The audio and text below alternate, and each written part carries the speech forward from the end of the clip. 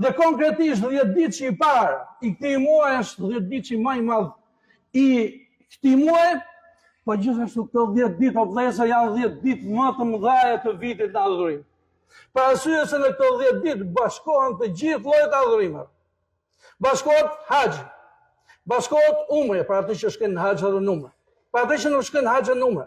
Bashkohet namazi, shtimi i namazeve. Bashkohet agjërimi, siç ka vepruar për shembull shumë nga sahabët, agjërimi 10 ditë, 9 ditë i bien. Edhe konkretisht agjërimi i ditës së 9.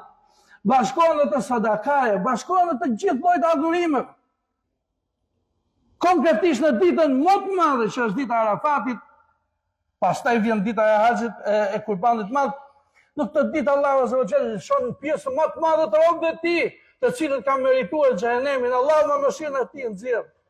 I nxjerr ibadet të fituar.